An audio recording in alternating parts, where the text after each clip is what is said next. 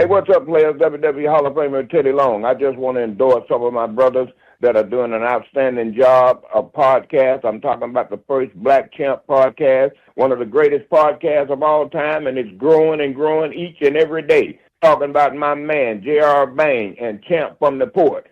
Players, you better take a listen to them, and if you don't, I'll have J.R. Bang and Champ put them in a tag team match, and it's going to be a lot of trouble.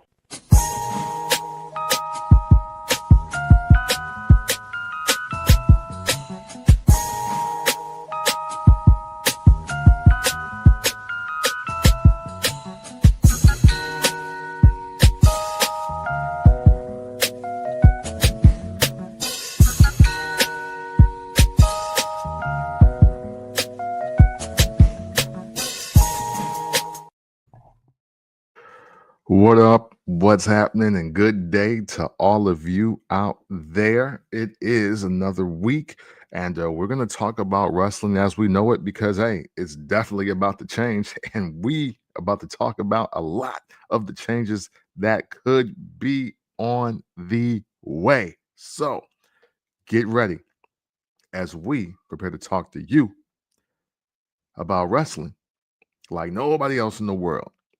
Because it is time for the first Black Champ podcast, and I am your podcast Intercontinental Champion, aka Hacksaw Slim Duggan on you hoes, tough guy, Cam from the Port. What up, Artie?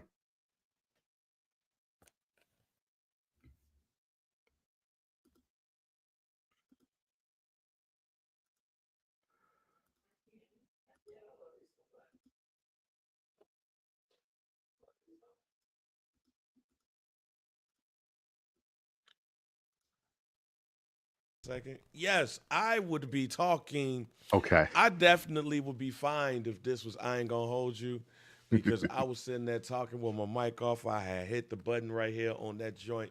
But yes, it is JR Bang. Make sure you rate, like, subscribe, download wherever you get your favorite podcast.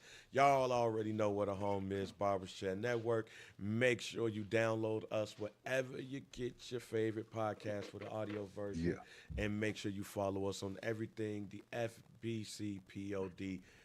Great show planned for you today. Mm-hmm.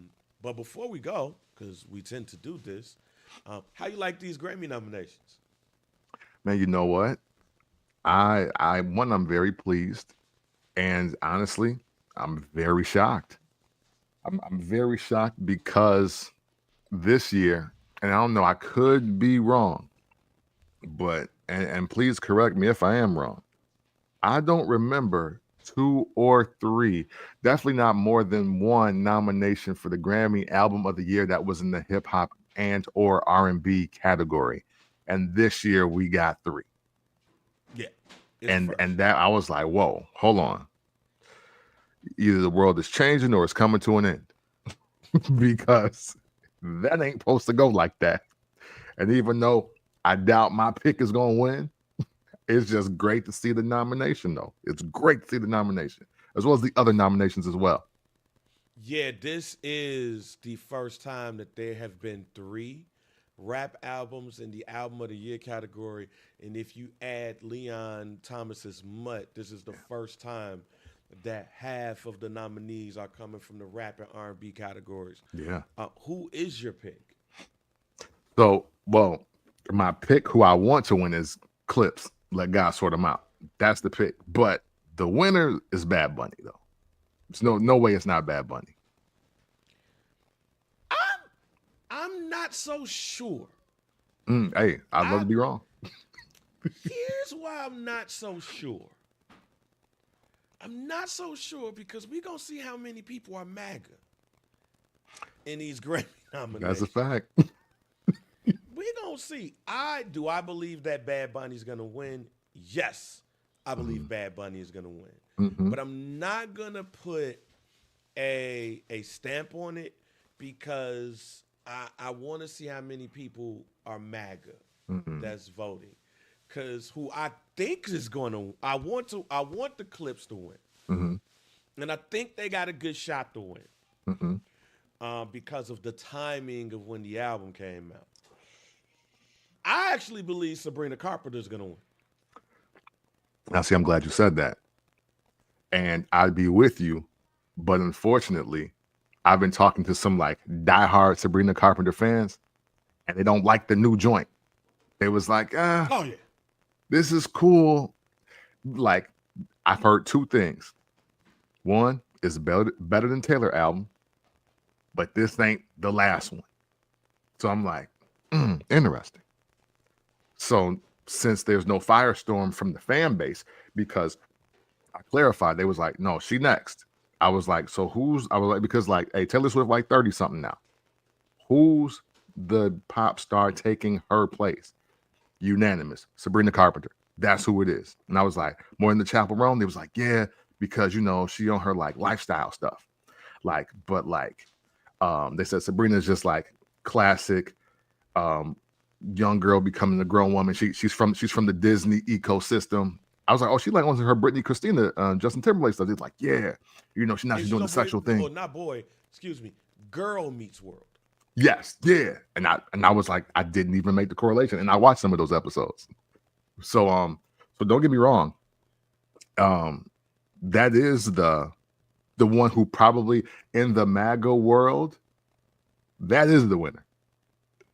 But however, I'm looking at the Super Bowl and I'm thinking, do we play the media games that we played last year? And album of the year ain't even in English as we go to the Super Bowl? Or do we get at the end of the day, MAGA makes America? You know what I mean? So Sabrina Carpenter got to win, even though she ain't even MAGA. But they're going to be like, well, that's my pick because all these other people are black or don't speak enough English for me. Yeah, see, that's what I'm not so for sure that Bad Bunny gonna win, even though he's probably going to be the winner if the Grammys are as liberal as they say. Yeah. It's good to see the clips. It's good to see the clips in this joint, just for everybody to know the rap nominees are Clips, Let God Sort Them Out, Glorilla Glorious, JID, excuse me, God Does Like Ugly, Kendrick Lamar, GNX, Tyler the Creator, Chromacopia. Also, shouts out to Tyler the Creator because the last album he dropped, Don't Tap the Glass. Yeah, Don't Tap the Glass was nominated for Best Alternative Album. So he has two albums that's in two separate categories for an album of the year.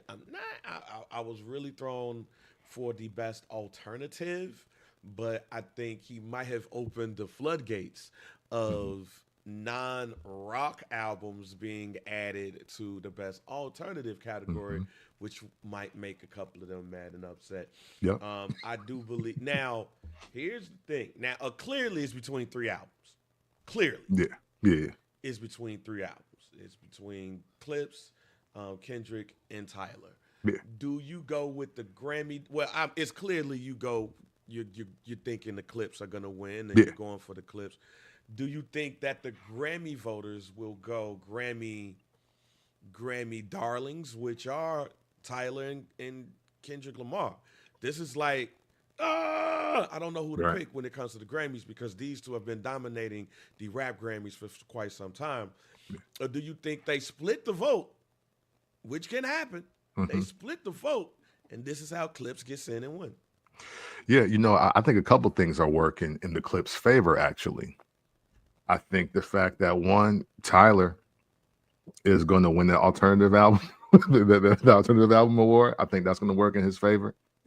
And also, I think that even though Kendrick winning makes sense, because GNX is a really good album. It's a really dope album. It's but Not Like Us ain't on there. And even though I know like Luther is on there and all of that, man, Clips performed at the Vatican. Clips did Popcast, which I think is the New York Times media outlet. And I look at it like this. I see the Grammys more or less saying, hey Drake, we're going to reward all of your enemies. Last year, there was a guy that went directly at you. And this year, there's a guy that's been going after you, your boss, his daddy, they label, like everybody, like we just go make sure that everybody go in on y'all. And also I think it's and not for nothing, I think it's long overdue for the Clips to win a Grammy for Best Rap Album, because I would love to always make the argument that they have 3 rap albums that should be in the top 100, definitely top 200 rap albums of all time. And that's Lord Willing, Till the Casket Drops, and Let God Sort Them Out. I literally believe that you can't be a fan of rap music and not have those 3 albums. So yeah. Now, of course, there are other categories. I feel like that there will be a split. I think if the Grammy voters are smart, we're gonna give chains and whips to both Kendrick and Clips. There you go. What's that rap performance? Go ahead and take that. All right, bye y'all together. Yeah. And I feel like it's gonna be a split. But what I will say is this, and I was not able to catch your pod this week, but what I will say is this. This is why I never pay attention to Billboard outside of just documenting purposes. And what I mean by documenting is really documenting for content. Yeah. We can have a content conversation all day long about rap songs being in the Billboard Hot 100. But spoiler alert for some dude pod this week, we really just started caring about the Billboard shit 20 years ago. Facts. The Billboard that we used to care about is the shit that was in the back of Jet magazines. Facts. Only one I swore by. That and Rap City Top 10. Yeah, and the Rap City Top 10. That is it. So for those who are up in arms and, oh man, why? Yeah. Why are you up in arms? There's no reason for you to be up in arms. Your favorite songs are probably have not ever entered the Billboard 100. They've been on the Billboard Rap and R&B charts. They've been over there, but they've probably not that. And if it has, that tells me everything we need to know about your rap selections. Yeah, it really lets me know that, because look, you know this, you've known this, I've preached this for years. I think people lie on their hip hop knowledge or what they even listen to. I think a lot of people lie and kick it. That's why I thought, and it was funny because shouts out to Mike Jones. That's why I wouldn't even engage, even though I knew he was a No Limit guy, because I was like, look, nobody cared about Lil Wayne until after 500 Degrees. And what I mean by that, he was the 3rd dude on the Hot Boys until they all left. Yeah. Juvenile was far and away number 1. BG was number 2. Lil Wayne was number 3. Yeah, and that's only because people didn't want to respect Manny Fresh as an artist. Exactly. So when Juvenile leaves, and when BG go to jail, leaves, he's by, and Turk. I don't want to be disrespectful to Turk. I think Turk is a good guy, but he's that dude he's the you guy of the Hot Boys. Like, we like you on some verses. Yeah. Here, there. Like, it's yours. I think that's you God's song. Yeah. That's his song. Yeah. What's that?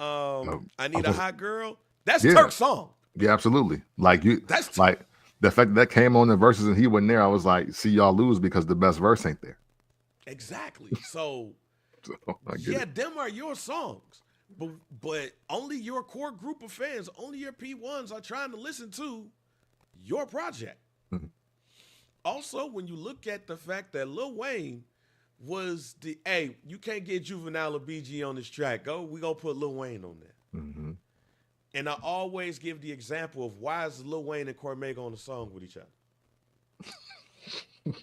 Yeah, I forgot about that. I forgot about Wayne and Cormega collab. Because Chris Lighting them was like, yo, can we get Juvenile? Nah.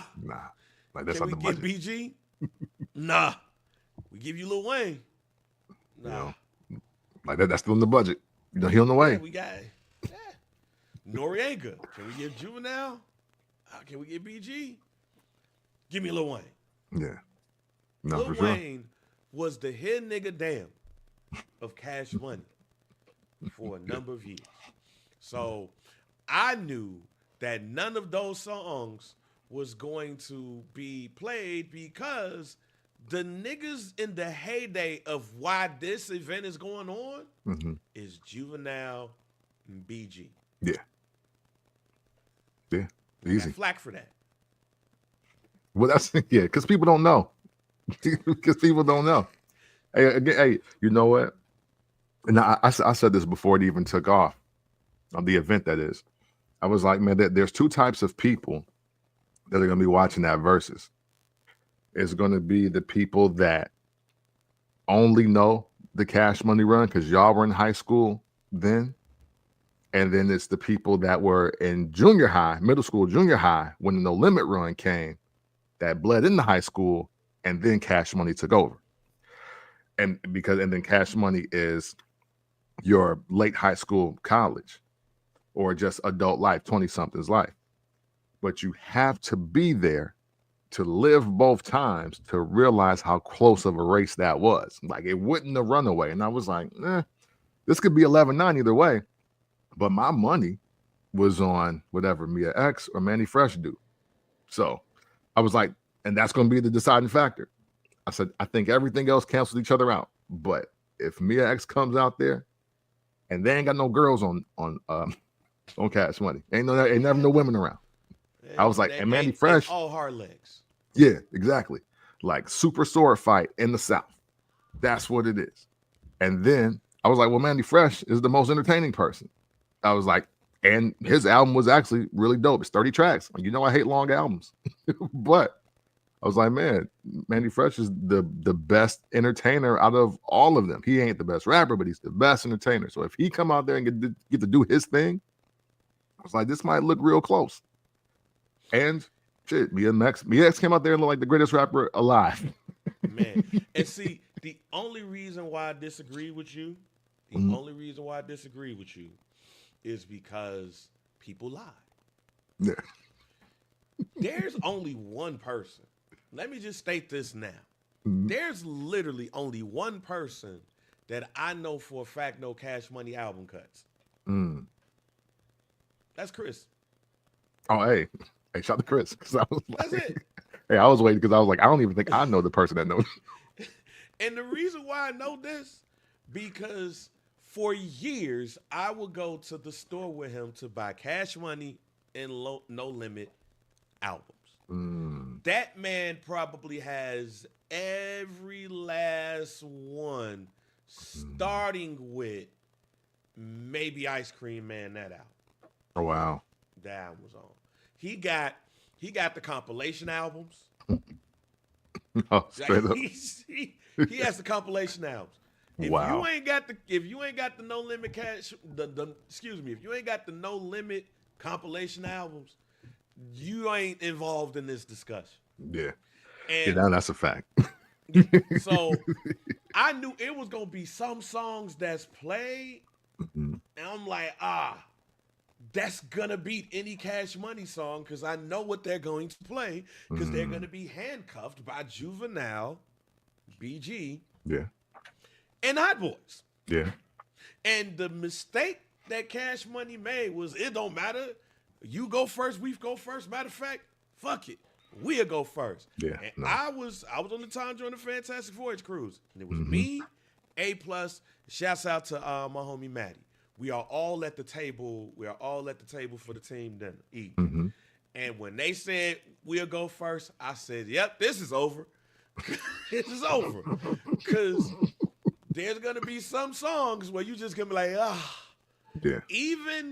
Even if name recognition, you might be like, ooh. That ooh is going to be better because it's like, oh, I ain't even heard that. Like when they played Bourbon and Lax, I was like, that one. Yeah. Like it's like, that one.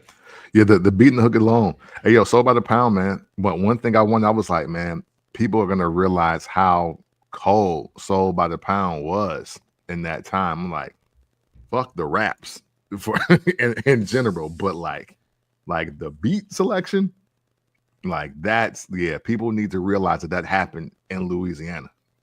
Right. So that was the only reason why I disagree with you. Is only because if No Limit goes second, No Limit get the pick from the Rolodex and really swing that bitch like his Price is Right, and be like, okay, that's what you gonna do? I bet. And y'all ain't got the Lil Wayne category to go through, because if y'all play anything after 500 Degrees, y'all might get laughed at. Yeah, because it looks like, so you need those records. Bingo. you needed that. But again, it goes to the point of what I've always said, and mind you, I'm a No Limit and I'm a Cash Money fan. Don't want to see them live? I'll just keep it in my headphones. The fact of the matter is that a lot of y'all lie on y'all musical taste just to kick it. Y'all wasn't listening to The Block Is Hot. Y'all wasn't listening to that other album. Y'all wasn't listening to 500 Degrees like that. Matter of fact, y'all ain't really start. I tell people all the time, I know exactly when the world started listening to Wayne. Rap City. He came on Rap City. He wasn't rapping on Manny Fresh's beats. He was rapping on New York beats. And Marks was like, and this, I'm not talking about Carter One Wayne. Yeah, I'm talking about, this is the 500 Degree run. Yeah. But he's about to do like the Black Burner mixtapes or something like that. I forgot the name of those mixtapes. Yeah, whatever the choice was called. But I know what you're talking about. But for y'all for those of you all that might not remember, it was a big deal about Cash Money sampling. And Way of Life was a sample. So it was a real big deal about that being a sample when you start hearing Wayne rap on other beats. And then boom. Squad Up mixtape. Squad Up, there you go. So I could tell you, because I was in a room with people that was like, I hate Lil Wayne. And I said, watch this. And after that episode was over, it was, I like Lil Wayne. Like, Lil Wayne is actually nice. I didn't know. I just got to hear him on stuff other than Manny Fresh. And then next thing you know, Squad Up. And then you heard Carter 1, Carter 2.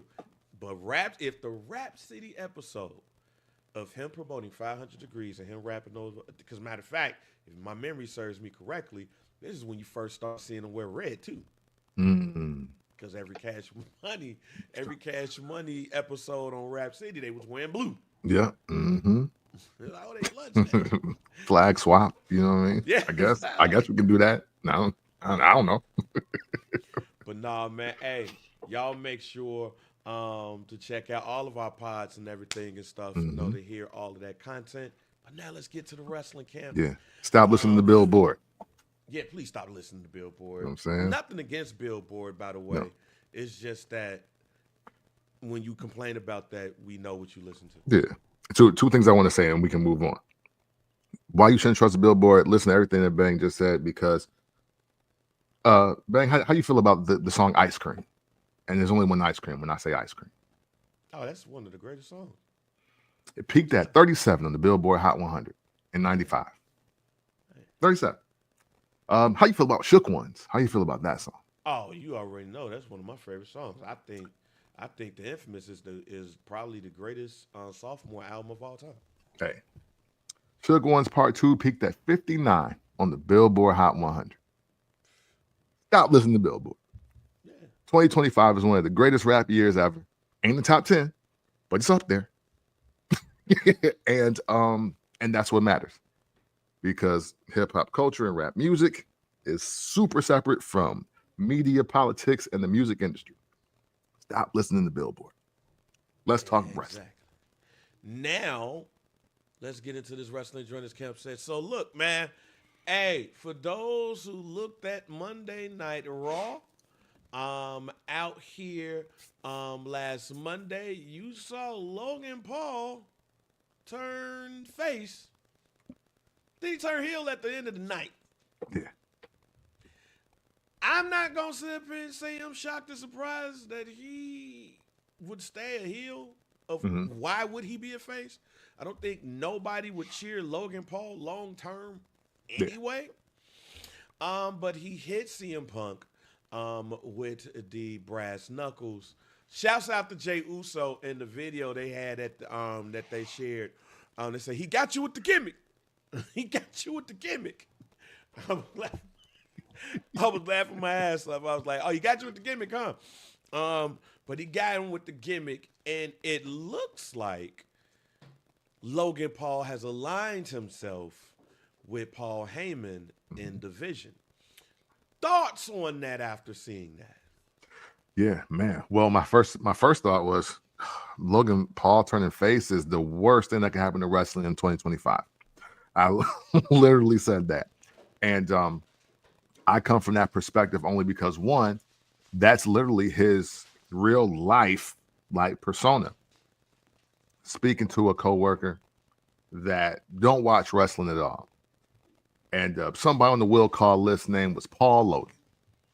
And she was like, like Logan Paul, that douche or whatever she said. I was like, oh, damn. I was like, yo, you don't like Logan Paul?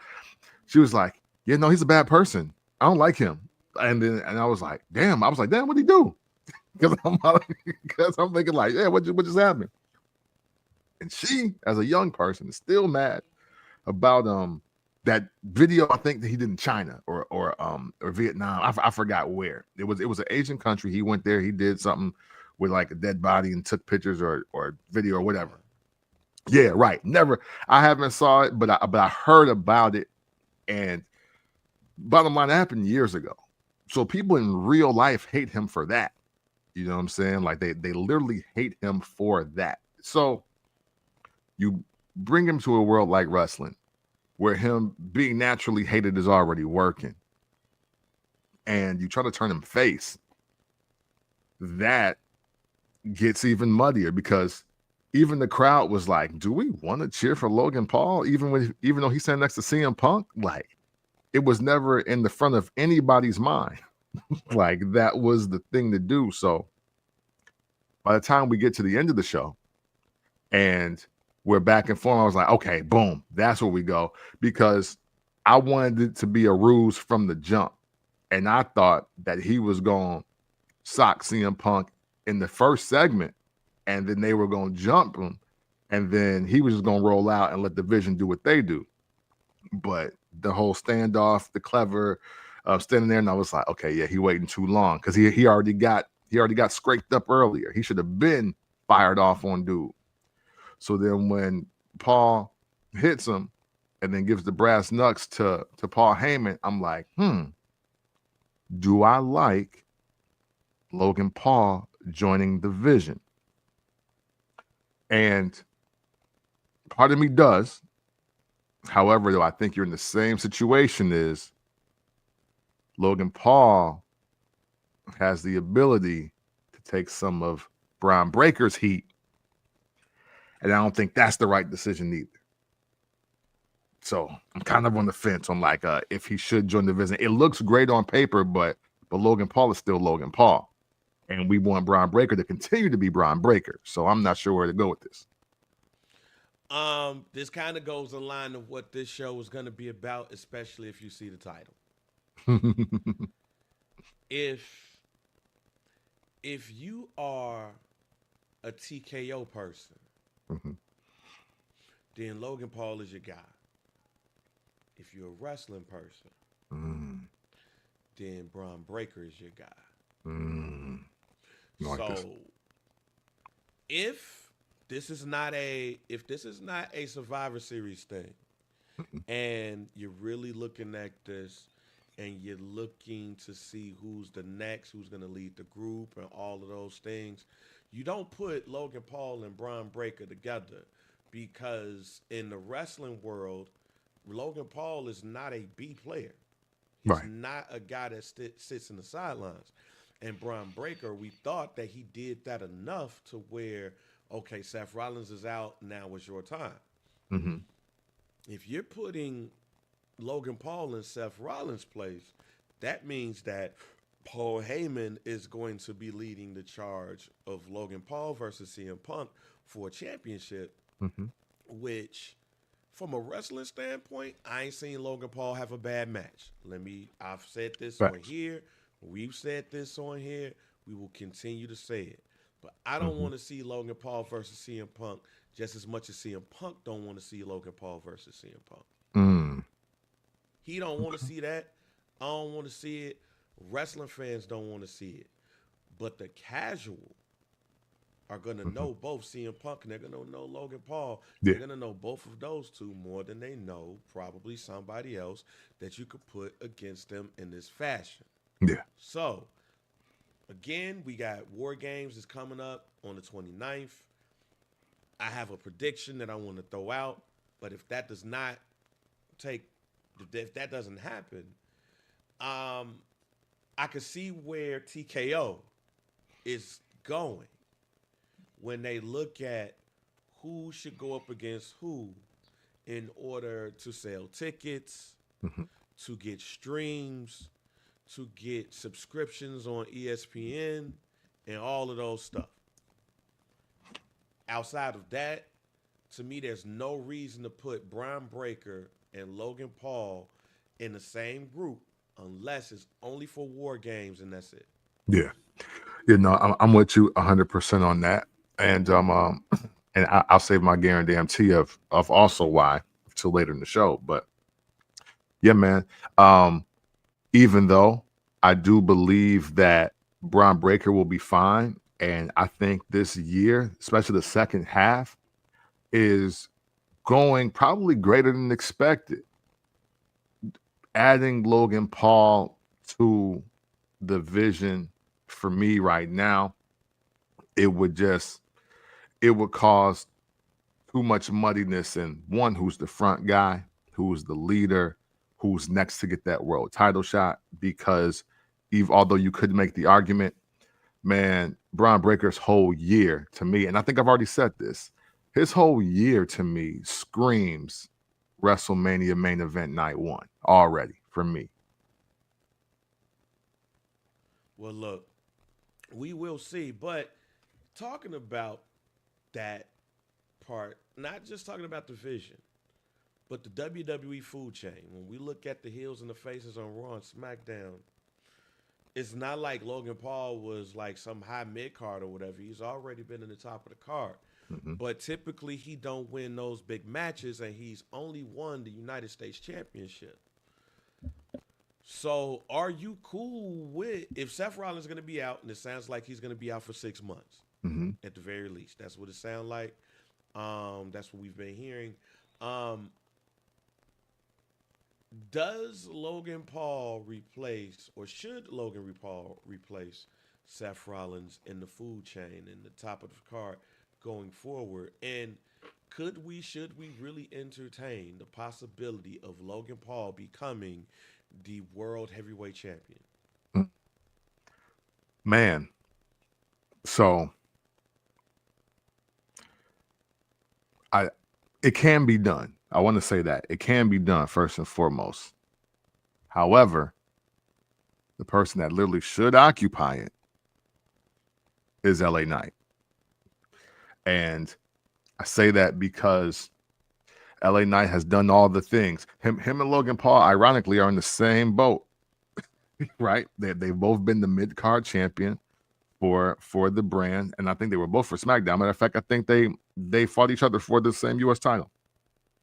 They've had the high-profile matches. They both went against Roman Reigns. They both have a reason why they lost to Roman Reigns. And you know, whether it's the John Cena look or the Jey Uso look or the CM Punk back and forth, like AJ Styles, they've literally both done the exact same thing. So, again, like you said, the TKO answer is absolutely Logan Paul. But the wrestling, WWE, pro wrestler answer is LA Knight. And I'm not mad at either one of them occupying the space, because I think they'll smoke it. I think they'll smoke it until Seth comes back. But if matter of fact, if contract or let's say just appearance obligations is the hindrance on Logan Paul, then definitely it should be LA Knight. And that is somebody who has become a forgotten person in this. LA Knight, yeah. And where does he fit short term and long term? Yeah. Like, let's be real. This is a short term and a long term thing for me. But we will talk about this a little bit more later because if you look at the title of this episode of First Black Champ, you're going to be like, okay, what does Kent and Bang have up their sleeve? But now we're going to pass it over to SmackDown where Cody Rhodes finally has a new challenger for the title. It is Aleister Black. Yeah. Which they did feud in AEW, so this is not necessarily new to them, but it is new to the WWE fan base. Cody Rhodes and Aleister Black faced off at the end of SmackDown this past Friday. It was interrupted with Drew McIntyre and Damien Priest coming down. Y'all already know how I feel. Damien Priest it should probably been Cody Rhodes versus Damien Priest, rather Cody Rhodes versus Aleister Black. And if Drew McIntyre wants to get involved, all right, whatever. Right. But I will say I liked this until the end of the match. I liked it until we saw the run-ins and stuff because I do want to see somebody else outside. Pause on all that. Wait, I do want to see something different outside of Drew McIntyre going up against Cody Rhodes. Right, but you got to rewind, though. You can't just say it was a run-in. You can't just say it was a run-in, Bang. That man Claymore'd the ref. He did. He did. To stop the match. That was how you give the ref. Right. How you give the ref your finisher to just stop the count. He pull his leg. Like he ain't run in and hit him. Like, I was like, that's insane. I was like, I don't think I've ever seen a ref take a finisher to end the match you ain't even in. I was like, yo, that's crazy. Drew McIntyre is crazy. But see, he do something like this every 45 days. Every 45 days. Drew McIntyre do something to be like, you know what? This man bugging out, but we need to give him a title. because Claymore and the ref. I watched it back just to make sure I wasn't tripping. I was like, wait, hold up. No. He didn't do that. He might have hit him or something, like pulled him up.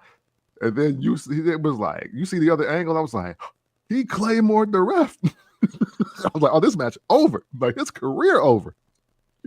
And got mad, he got suspended. Hey, that was the funniest part. Because he was like, I gotta do this. Taking food off my kid's table right now.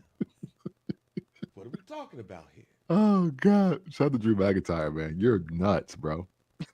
Yeah, nah.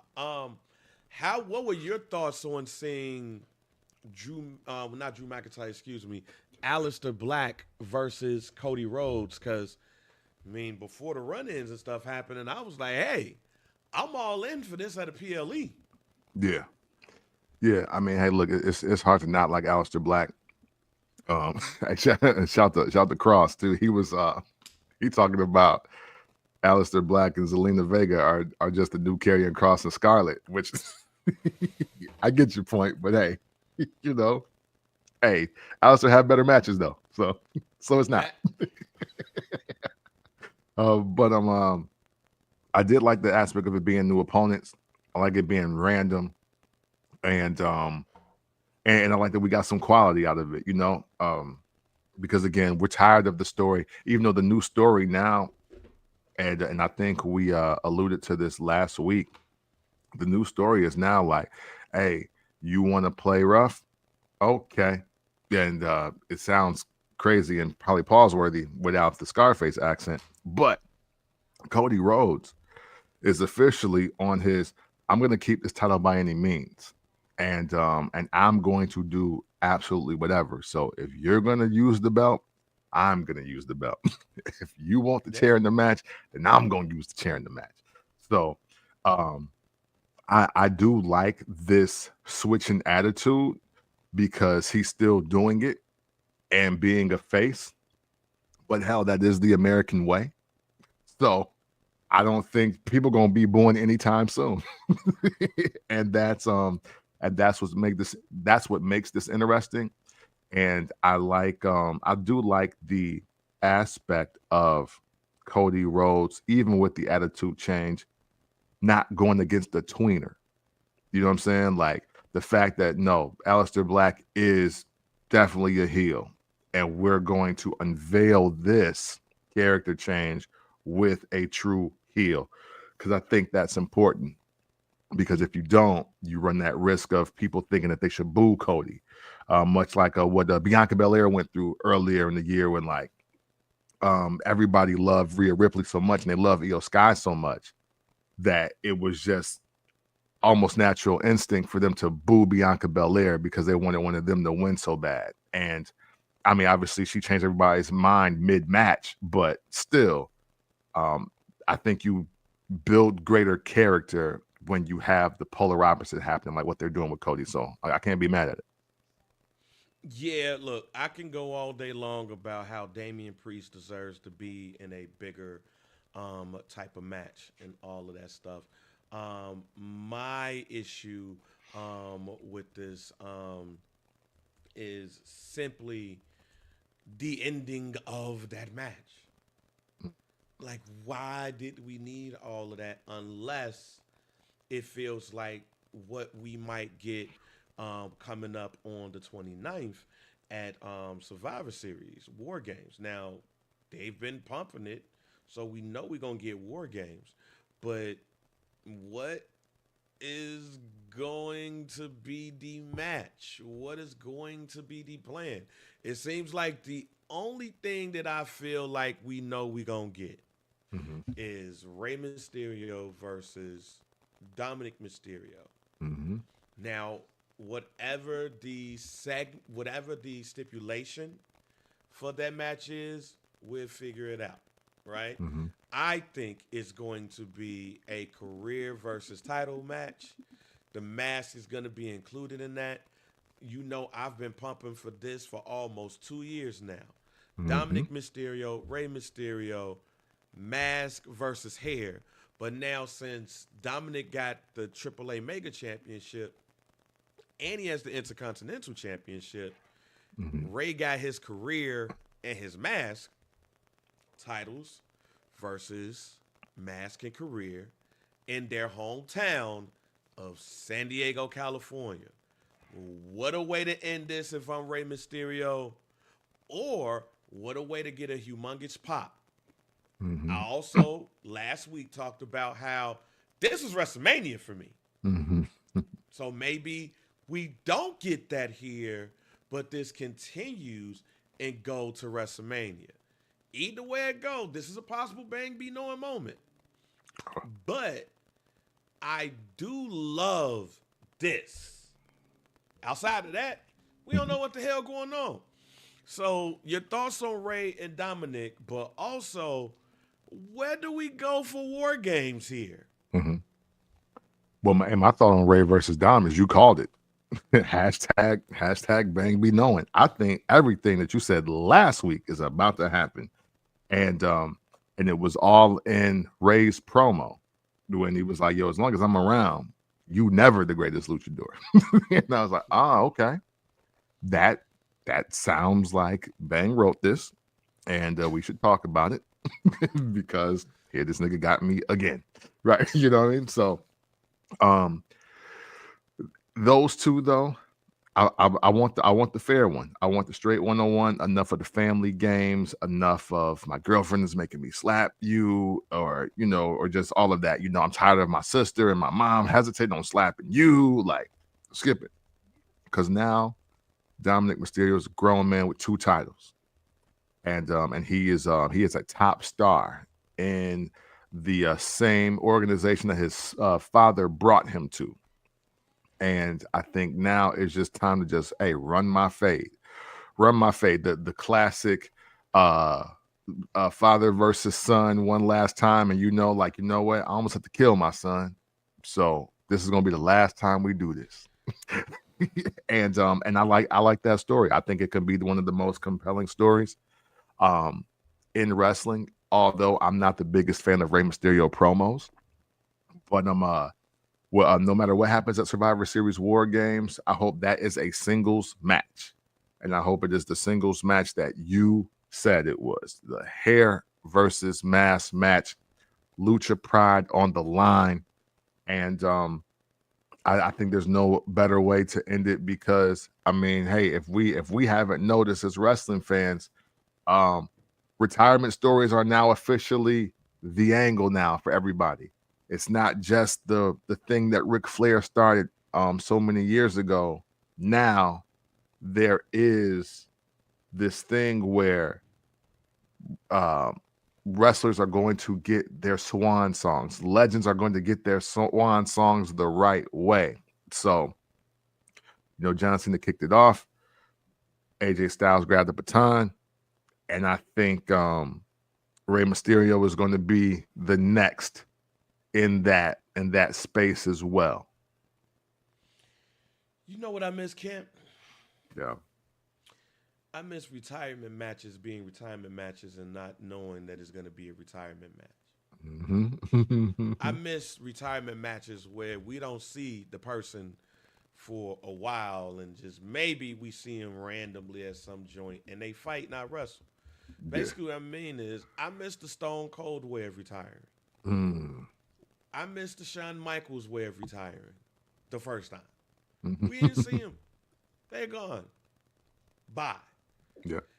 And this is what I hope for the Rey Mysterio thing. I don't want a Rey Mysterio retirement tour. I don't want an AJ Styles retirement tour. Shit. I ain't really want a John Cena retirement tour. Just lose and buy. Like why we gotta do all this pomp and circumstance every week and all of that stuff when, quite honestly, it wasn't all that entertaining throughout those weeks. I'll be real. Mm-hmm. We talking all this shit about Ric Flair's retirement run. We only talk about Shawn Michaels versus Ric Flair at WrestleMania. We don't talk about no match at the Royal Rumble. We don't talk about no match at Vengeance. We don't talk about no match on Raw. Like, oh man, if Ric Flair, hey, if he would have lost, he would have been gone. So I'm glad he won that one. No, we talk about the climax. We talk about we talk about Ric Flair versus Shawn Michaels. We don't talk about nothing else, right? We barely even talk about the promos that happened before that. Mm-hmm. If it wasn't for Shawn Michaels saying, I'm sorry, I love you, super kick, boom. But we knew when Ric Flair loses, that's it. So we knew it. It wasn't, this is the retirement tour. We just was like, yo, if he lose, that's it. And you know what? He could have lost to Carlito, and that would have been it. Yeah. And you know what? By Ric Flair. The WWE should have learned their lesson with Kurt Angle versus Baron Corbin. Should have learned your lesson then. And us as fans should have learned our lesson then. Why are we good on these? But no, y'all want to drag this shit out. So, Rey Mysterio, Dominic Mysterio, Camp, this is not a guarantee. This is a guarantee hope. I hope that it is a title versus a title and hair versus mask and career match and San Diego at Petco Park for Survivor Series. And I hope Rey Mysterio loses. And I hope that the Judgment Day whoop Dominic ass. And I hope Rey Mysterio fends off them from his son. But then say, son, I'm out. You beat me. This is what Luchador is all about. You on your own. And now we see Dominic Mysterio become the biggest face in the WWE. That's what I hope. I don't want to see a retirement tour. Rey Mysterio is already in the WWE Hall of Fame. Yeah. All right. Just lose and retire. That's it. Oh, shit. That's all I want. That's all we need. No popping circumstances. No, every week there's a promo about some shit. No tournament. Because about to tell you why I'm pissed about this tournament. But I don't want none of that shit. Just I got lose, put your boot and your mask in the middle of the ring. Music go off, pyro. That's it. Hey, look, no, I'm Druss, with you. I want to see a guy take over the LWO. For what LWO? What? We ain't seen them other niggas. Yeah. And Hey, Zelina is with her husband. She's with a white and man. now, right, and now Dom would be saving their career. I'm good. Oh, good on that shit. Fuck the LWO. This version. That being said, talk about retirement tours. The last time is now tourney is filling up, and we got some announcements coming up this Monday, November 10th on Raw in Boston, Massachusetts. The last Raw for John Cena in his hometown. Yeah. Rusev versus Damien Priest. Yeah. Also that night, Sheamus versus Shinsuke Nakamura. Yeah. You know who win in that match. Then on SmackDown in Albany, New York, The Miz versus Jey Uso.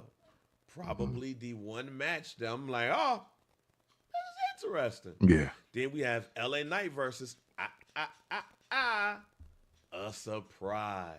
Yeah. Let's start with Rusev versus Damien Priest. Is a foregone conclusion that Rusev is going to win this match? Or, Man. Or did the WWE watch this show and hear me rant and say, hey, why we didn't have Damien Priest go up against John Cena after he beat Drew McIntyre? Yeah, hey, I think they watched the show. I'm picking Damien Priest. Hey, you know what? Rusev, don't get me wrong, Rusev versus John Cena was a notable feud. But when I look at John Cena's career, that never comes to my mind. That and when they revamped the flag match, right? Where you had to like go to the one of the things they did. Right, you know what I'm saying? Where they had to revamp and you had to run, get your flag from the ramp and bring it. Fuck all of that, right? I'm picking Damien Priest because based on what I saw, I don't love 3 of these picks off the rip. So I'm just rooting for Damien Priest only because I know he ain't faced him. And that would be a great moment for Damien Priest. I am literally about fuck your feuds. What we doing in 2025? And Damien Priest is that answer for me out of that match. Well, let's move on over to Sheamus versus Shinsuke Nakamura. Yeah. I want this to be a double DQ. Say that again. I want this to be a double DQ and Damien Priest will get a bye to the next round. Look, man, we know who got the history with John Cena here, and it's Sheamus. Sheamus won his first world championship in the tables match against John Cena. Yeah. They have feuded back and forth for years, so it's real easy to say that it's going to be Sheamus winning this match against Shinsuke Nakamura. Also, we've barely seen these two, so it's not like this is not fresh. So I ain't mad at that. It's just to face John Cena. Right. I will say, John Cena got some of his best jokes off on Raw on Sheamus, especially that episode we had him on commentary, and they was like, "Yo, you gotta have him out here without the proper white balance." And I think we had just learned how to use white balance in TV production, like earlier that week or that month. I was like, "Oh, John Cena going crazy." But yeah, I mean, hey, other than that, I mean, hey, look, everything in this does say that Sheamus versus Rusev would happen in an effort to see like some of his old rivals try to make it one last time to beat his ass on the way out. But that ain't what I want to see. But we'll see what happens. Yeah. Then we have The Miz versus Jey Uso. Yeah. We have Jey Uso, the Royal Rumble, last 2. Then we got The Miz, and we know the history there. Mm-hmm. If Jey Uso loses this match in any way, shape, or form, how are we looking at this for him? Like the heel turn better happen the next time we see him. and that's what I got. I got the Miz winning this match. I want to be crystal clear. I got the Miz beating Jey Uso. I got him winning in a matter of fact, man, look, I'm actually gonna go the opposite. I hope this don't happen, but I actually have the opposite. I have the Miz losing to Jey Uso by disqualification because Carmelo Hayes is going to defeat him by doing something to Jey Uso to cause a disqualification. Now, what could happen is Carmelo goes in and jumps the Miz, which causes the Miz to win by disqualification, and Jay sitting around there like, what the fuck? And then beats Melo ass. But something in me says that there's a lot of hater in this Melo character when it comes to the Miz, and he's going to keep the Miz from facing John Cena by costing him a match by disqualification. And then Melo's going to be in this same tournament because it's a 16-man tournament. He's going to be in this tournament. And then the Miz is going to cost Melo. This is also why there should be the old school Survivor Series matchups back. Because then now it's a group of niggas that don't like each other led by Melo with a group of niggas that don't like each other following the Miz. And there we go. Cue the music. And then we have LA Knight, versus a surprise opponent. Is it a foregone conclusion that Gunther coming back, or will we get a surprise, and will we be happy about said surprise? I think it's the real surprise. For me, I think that's Matt Cardona. And I think Matt beats LA Knight. Because hey, look, this first round is the mid pack so far. Let's just keep it a buck. This is the mid pack right now. And it's like, and it's because like, you got some guys that could give John Cena a really good match, but do we want to see it? Is it box office? Do any of these scream Saturday night's main event, which will probably be the main event? No. And right now, you got to shake it up. And for me, I think a good pairing would be LA Knight versus Matt Cardona, and having that, just that element of two guys that never fought John Cena before and also built their careers around the John Cena wave. Even though Zack Ryder was in the WWE, he never really got his chance to do much. And also, and I don't know, I could be wrong, but I think John Cena actually is a big fan of Zack Ryder and Matt Cardona. And it just makes sense for him to be in that spot. To me, LA Knight versus Gunther, nah, I just don't want to see that. And that's not to say I don't want to see Gunther in the tournament, because he can definitely be in it. He could win it as far as I'm concerned. I don't care, but just not against LA Knight as the entryway in. Pause. Yeah, I agree with you that it should be Matt Cardona. I believe that Matt Cardona should not go over, though. Because it would kill LA Knight. If Matt Cardona comes in and defeats that man, then as LA Knight is done to me. You would have to do something extremely huge to get LA Knight back to where we need him to be. It'd be a good story to see Matt Cardona come. It'd be a good story to see Matt Cardona come back on SmackDown and wrestle and all of that stuff. All right. But yeah, it would be a career killer. It would let us know that they have no faith in LA Knight the way that they think. Because put it like this, whoever beats LA Knight need to be in the finals then, if that's the case. And I'm not for sure because of all of the other surprises they're talking about.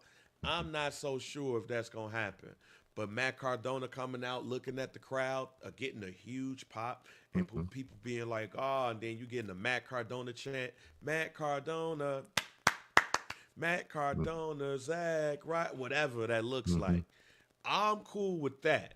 But LA Knight got to win. Because if you don't, then shit, he got to wrestle for the TV championship. And there ain't no TV championship. That's right. That's right. I was about to say, and it ain't one. So deal with that what you want.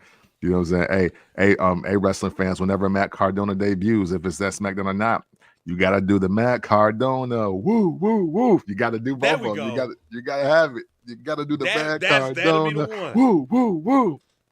Matt Cardona. Woo. You right. Hey, that's the chant. If that chant happens, you heard it here first. You know it.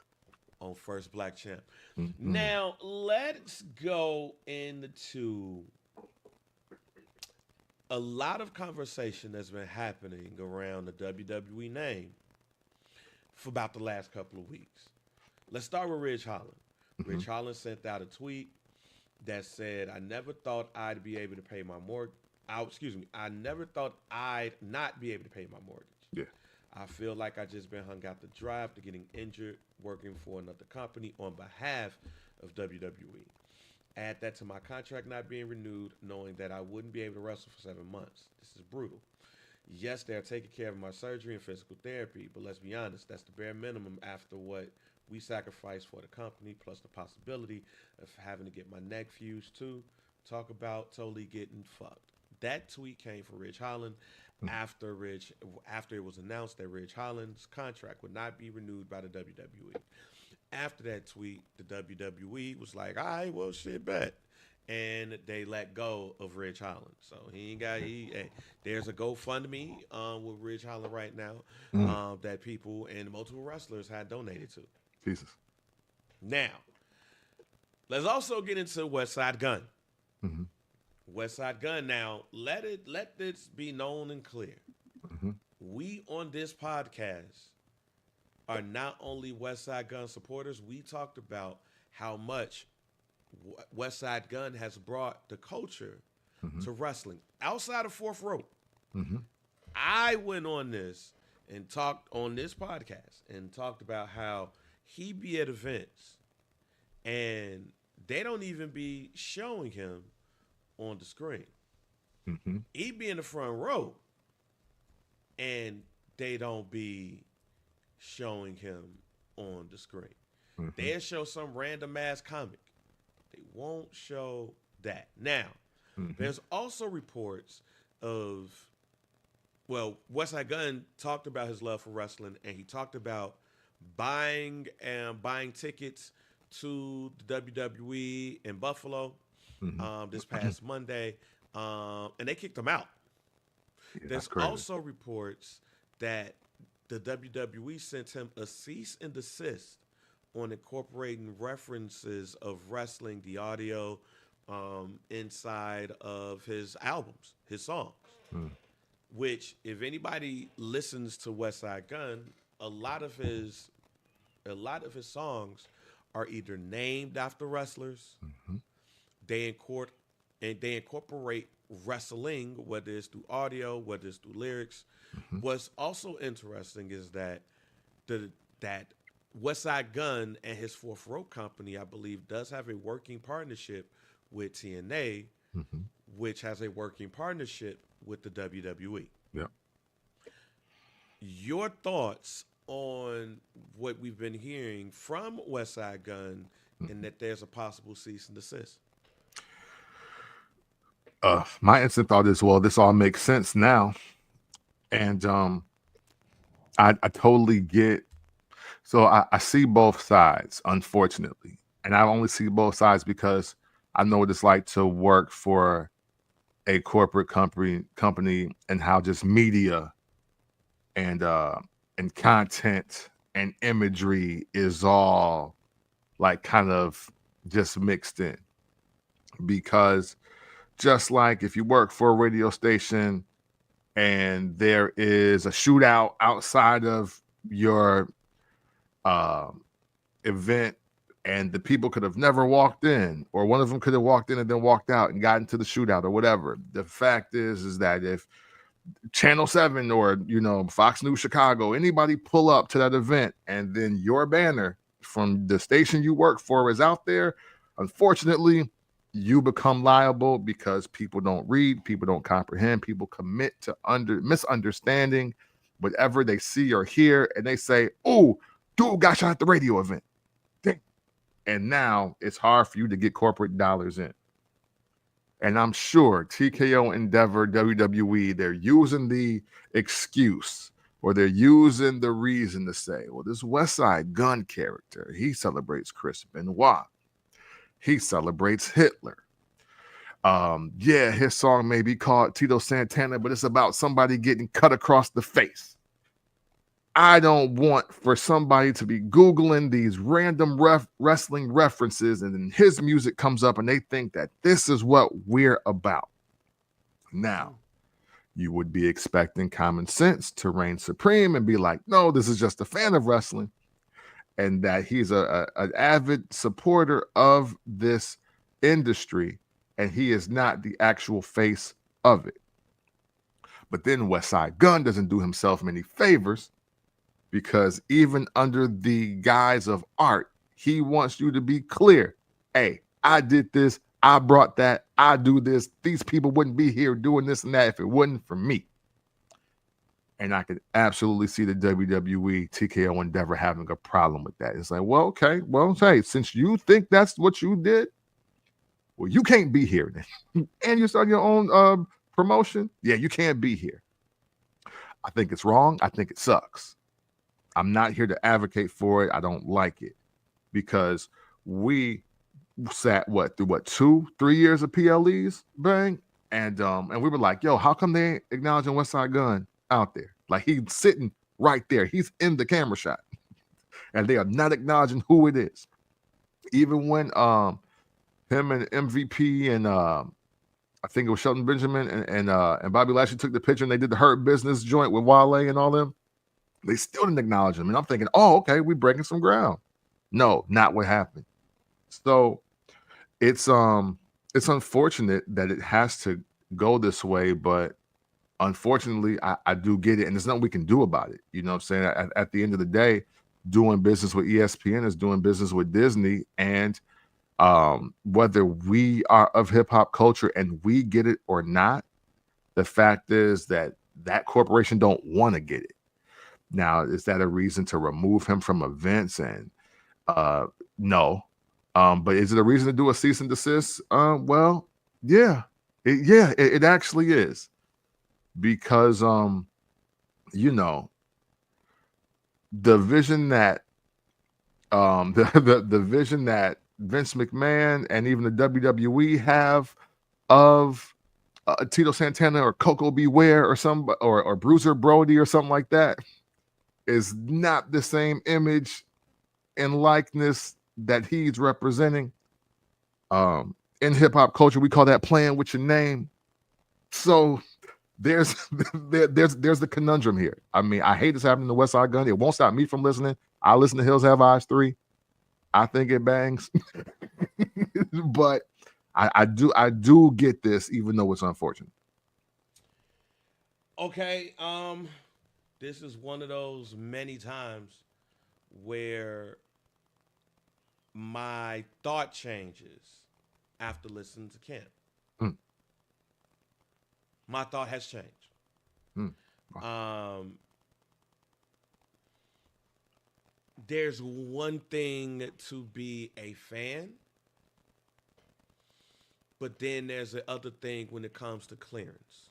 Yeah.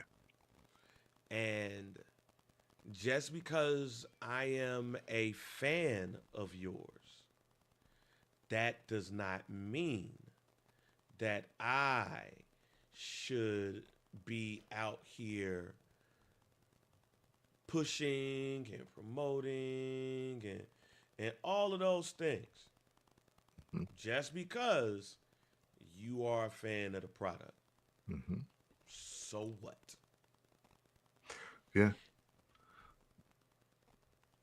That is the long and the short of it. Yeah. Yeah. So what? Just because you are you just because you are a fan of this, that doesn't mean that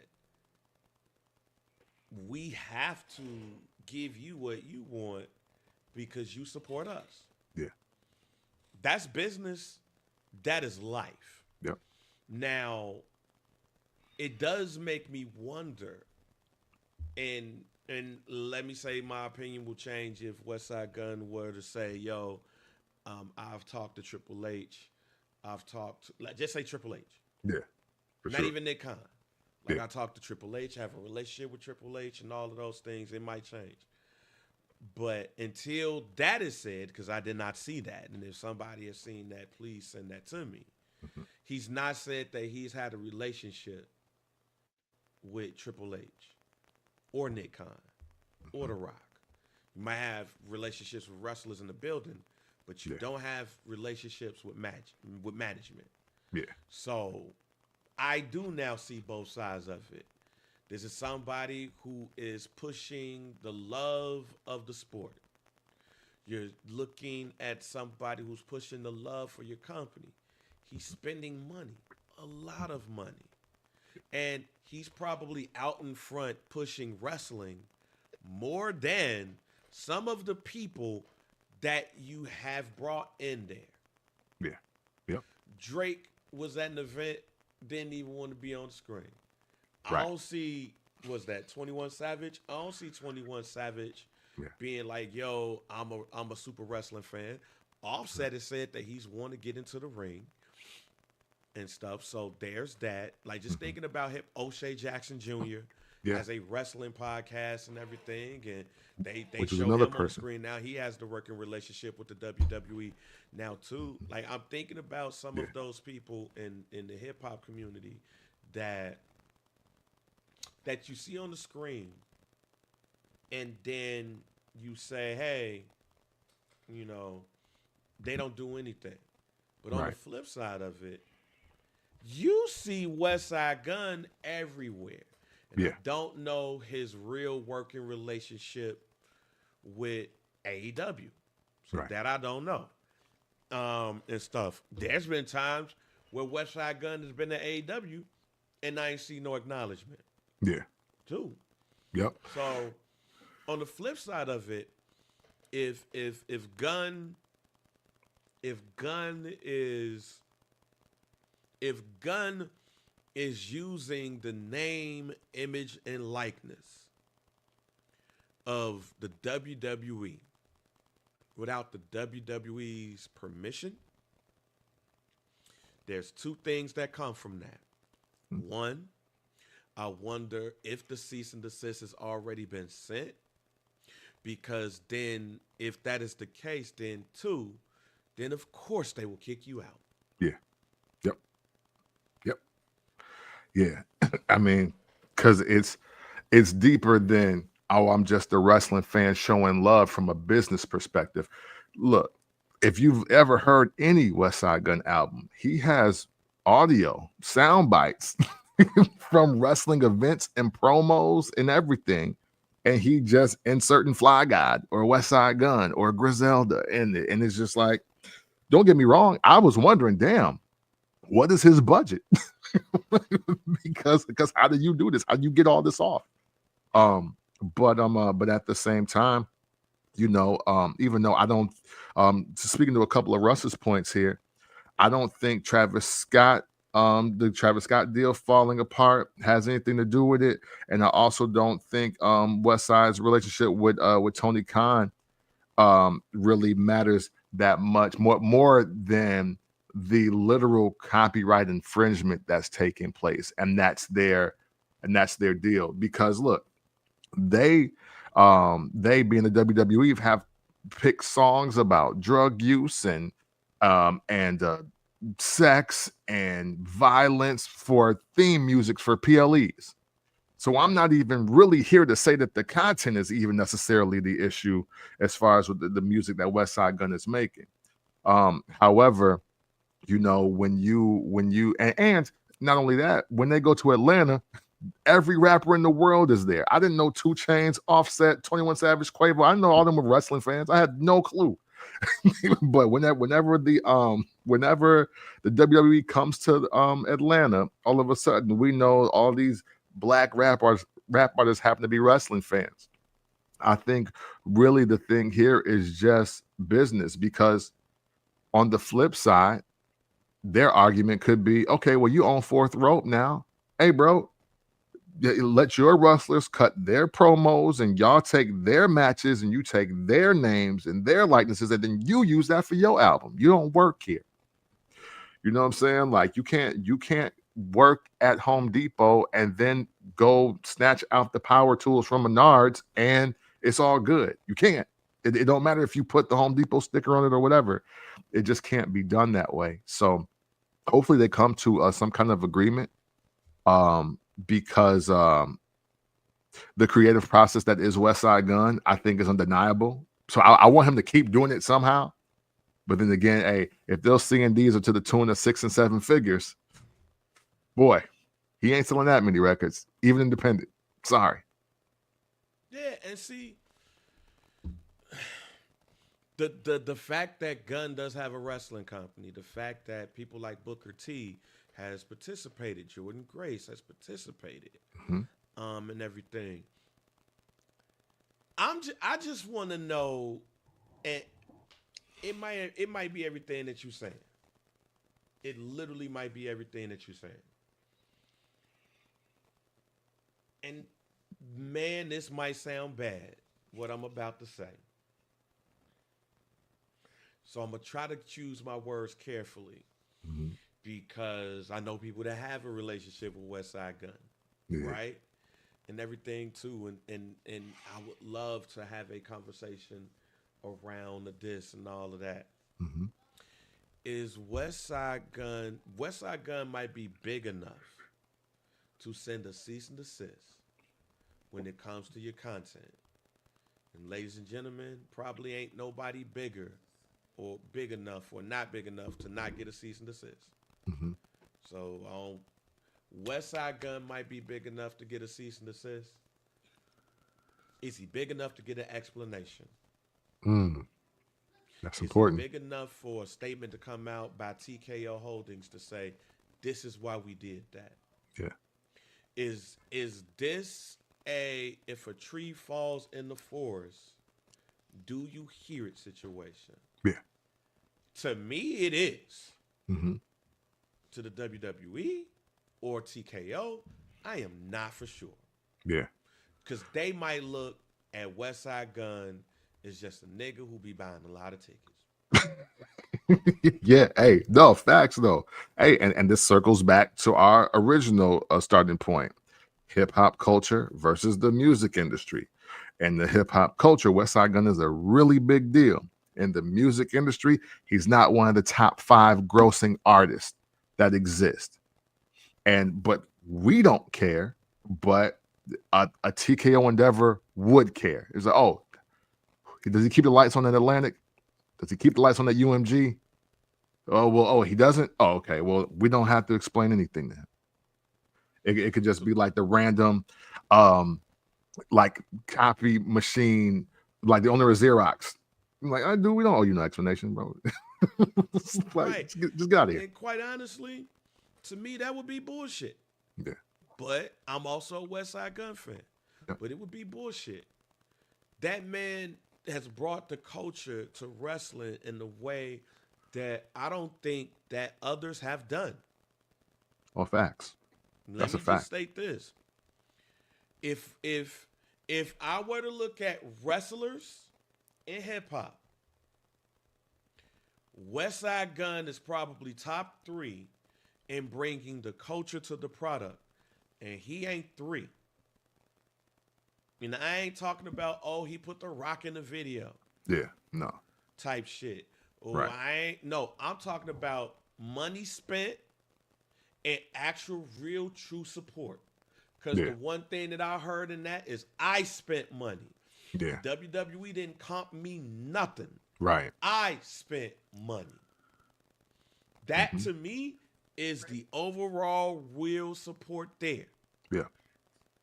So that would make him one, because I don't know of a whole bunch of hip hop artists that's like, yo, the WWE in town, let me go get these front row tickets, or let me go get this suite. Right. So knowing that, I do think TKO should come out with something to explain why this is the case. Because right now, this is very one-sided. Yeah. And if you are not only a wrestling fan, but if you're a young black wrestling fan that is a fan of Griselda and a fan of West Side Gun and a fan of Fourth Rope, you are looking at the WWE funny, which leads me to these next two things. Yeah. The WWE. Oh, go first. Go ahead. Oh, no, I was just going to say, because at the end of the day, West Side Gun is a P1. And that should mean something no matter what industry you're in. When you're a P1 and you're spending your own bread, like, no, you need an explanation under that guise alone. Which goes to PLE. So this is all goes into TKO. These next two joints goes into TKO, or comes from TKO president Mark Shapiro. Mark Shapiro says that the WWE needs to take the torch and move past PLEs created by Vince McMahon. These are some of the pieces of the quotes. Said they never seem exhausted. They're ready to take on a new shot, new risk, a new opportunity. Hey, Nick, let's talk about launching a new event. He's talking about Nick Khan there and their thoughts around just creating new PLEs. Right now, a lot of our PLEs were created by Vince McMahon. We need to get in the business of taking that torch and moving past that. Nick Khan and Triple H created WrestlePalooza, which is the launch of our new ESPN deal, which did incredibly well and may turn into a super franchise. Pause there. First time I heard WrestlePalooza was ECW, but that's neither here nor there. Yeah, so shouts out to Paul Heyman on that one. Not to mention, from a merch standpoint, I don't need to tell you securing IP rights and then selling merch at WrestlePalooza, let's just say it was a real winner. Pause. IP. Wrestling and Vince McMahon has always been about IP. That's why when you guys see people names change and all of that stuff, I bet it's because of IP, things of that nature. And Russ, I have something to say about what you just said, and you probably want to listen to this, especially if you're a grown-ass man. Also, on ticket prices, WWE is not where the UFC yet. As you know, on ticket yield, we have work to do there. But I've seen a meaningful increase, as evident by the 59% margin we did second quarter in regards to EBITDA margin, which was equal to the UFC. That ticket yield and site fees are playing a big part in driving that. As you know, we have more room to grow. Let me just state this very clearly. If you guys have not understand what we've been saying here, ever since the TKO sale, the WWE is dead. The WWE as we know it is dead. Yeah. We can jump down Triple H all we want. He's an employee. He's the chief content officer. He's an employee, a contracted employee, if you will. TKO owns the WWE. When you guys have an issue around contracts, say TKO. When you have an issue around people being released, say TKO. When you have something to say about ticket sales, say TKO. When you have issues around anything outside of the product we see on TV, be mad at TKO. We want to be mad at the product we see on TV, be mad at Triple H. There's a lot of things, I believe, that people can be mad at about the product. We might not necessarily agree, but the reason why I say is a lot of things, because as we have a shirt on some dude, what I listen to, what you listen to don't make me bop.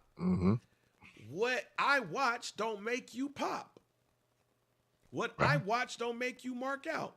So you can have any complaint about the on-air product, but that ain't Triple H speaking right there. That's Mark Shapiro, the president of TKO, who did not come over in with the WWE. He was already at the company that created a company that now owns the WWE. Mm-hmm. So, stop being mad at Triple H about anything business. You get mad at him about the on-air product. Yeah. But what Mark Shapiro is telling you, we own the name, image, and likeness of the WWE. We own the product. But guess what? This is TKO. And this is what we do. This is what we did when we bought the UFC and made that into a multi-billion dollar conglomerate. Mm-hmm. And this is what we plan to do with the WWE. One more time. The WWE, as you know it, died the day Vince McMahon sold it. Yeah. So stop blaming Triple H for business. You blame Nick Khan. You blame Mark Shapiro. You blame Ari Emanuel. But don't blame Triple H for that.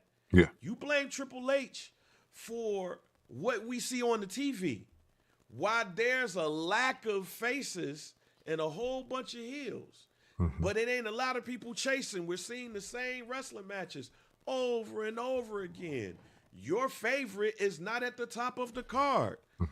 Montez Sweat ain't broke up with Blaine, do that. Yeah. Get mad at Triple H for that. Right. We want to talk about if Triple H and his relationship with black people and put him, you have a conversation with him and be pissed out at him about that.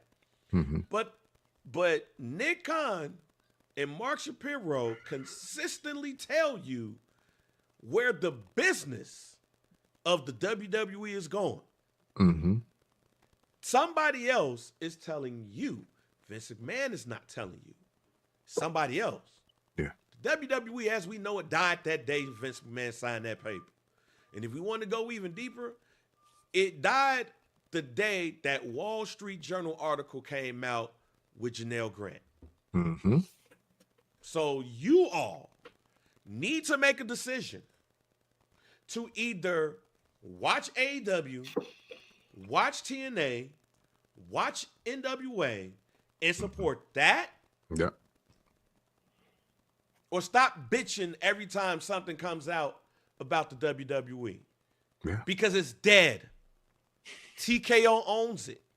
And TKO gonna do what they want to do with that business that they own, that they bought from Vince McMahon and the McMahon family.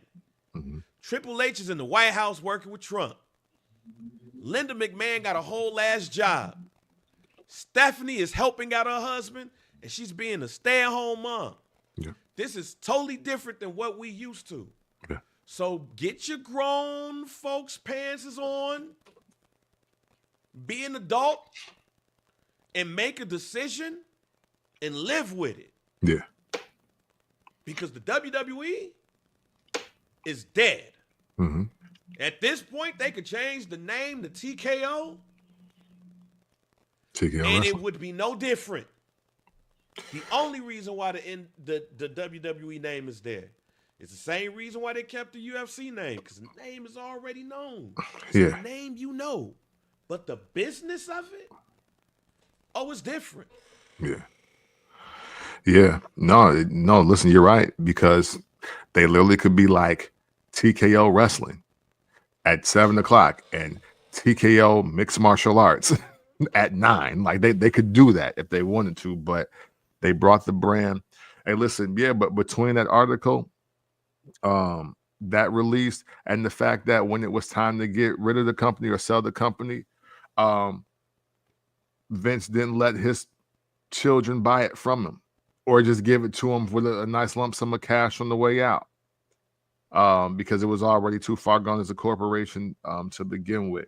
So, yeah, man. I mean, hey, look, we were talking about this before the article dropped, when there were rumors about the WWE being sold. And my thing was, it was like, hey, when we're talking corporation, the one thing that's going to happen is that it will not be in the hands of real wrestling fans anymore.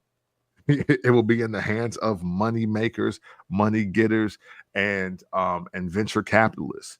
And hey, look, and that's okay, because maybe, well, no, you can't say maybe, because Ridge Holland he still has his issues, being an independent contractor in the world of some type of combat sport, his being pro wrestling. But I mean, this is just the inevitable day. This is just the inevitable day. Now, I mean, what Vince's last hurrah for us, his last home run for us, was putting everything on one app so we could watch everything. And then, speaking to Russ's point, now you got to have Netflix to watch Raw. You got to have cable to watch full episodes of SmackDown, if not YouTube, to see the highlights.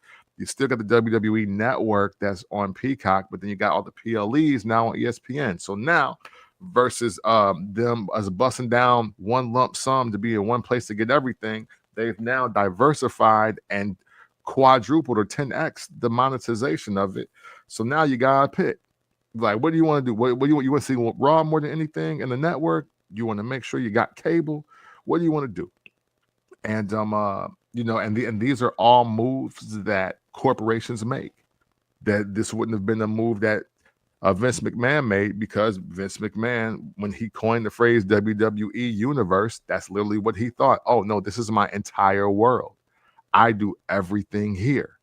And now he's gone, partially because collectively we, not us individuals as the First Bite Jam podcast, but collectively we ushered him out the way with his check and his stock, without his stock options.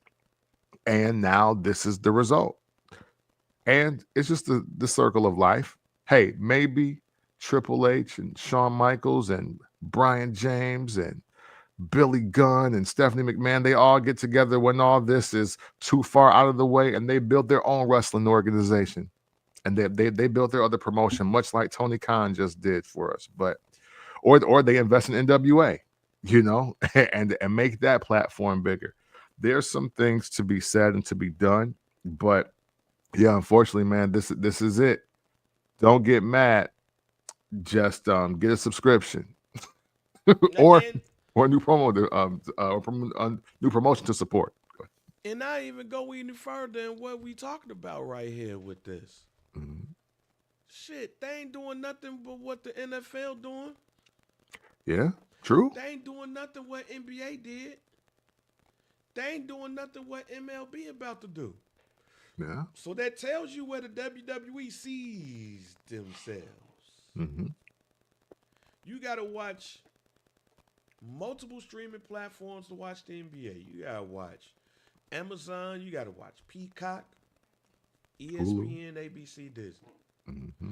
NFL is currently right now on the NFL Network, which has just been bought by ESPN. Oh, damn. And that takes effect next year. Wow. Then you got them on Amazon, of course, the Disney networks, CBS, and Fox. Mm-hmm. Baseball is working out deals. NHL is working out deals. They're not doing anything but what the big corporations doing. Yep. Shit. Warner might get sold soon, which could affect AEW. Mm. So, yeah. Corporations is here, y'all. Yeah. You guys got to make a decision to stop bitching and complaining and support what you love. If y'all motherfuckers don't like the direction that TKO is taking the WWE, don't go. Yeah. Yeah. Don't go. Don't watch it. Go watch AEW. But then when that Warner Brothers thing get figured out, what say you? What might that looks like? And that's owned by a billionaire. TNA keeps saying, they've been saying for the last couple of months that they're this close to a TV partner. You don't think that TV partner ain't gonna have no money in the corporation that has some say about what's going on? Mm-hmm. Quite honestly, the product that y'all might want to watch, based off of the complaints that I'm hearing, is NWA. Mm-hmm. At some point, y'all have to understand, and this is not me caping for it at all.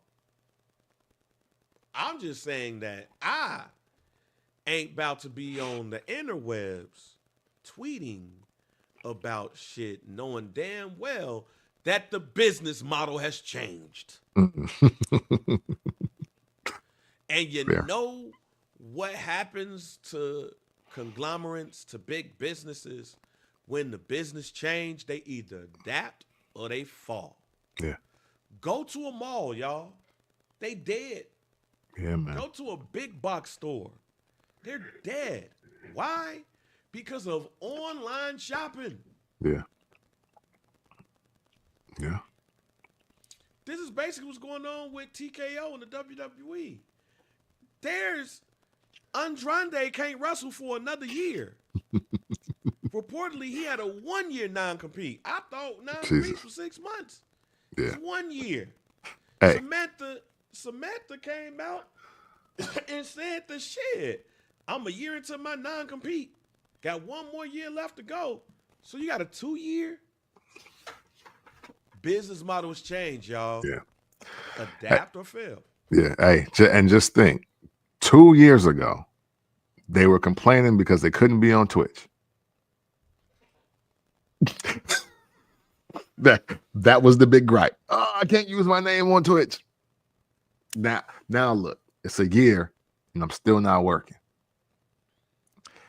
Hey man, hey listen, I get what he did, but hey, it's just pro wrestling is different, and it doesn't look like the world as happy as they thought it'd be after cancel culture started canceling culture, literally. That's it. Now, as far as the product go, there's a lot of confusion. There's a lot of shit that's going on. We got to figure it out. War Games is coming up in a couple of weeks. Then we got the Royal Rumble coming up.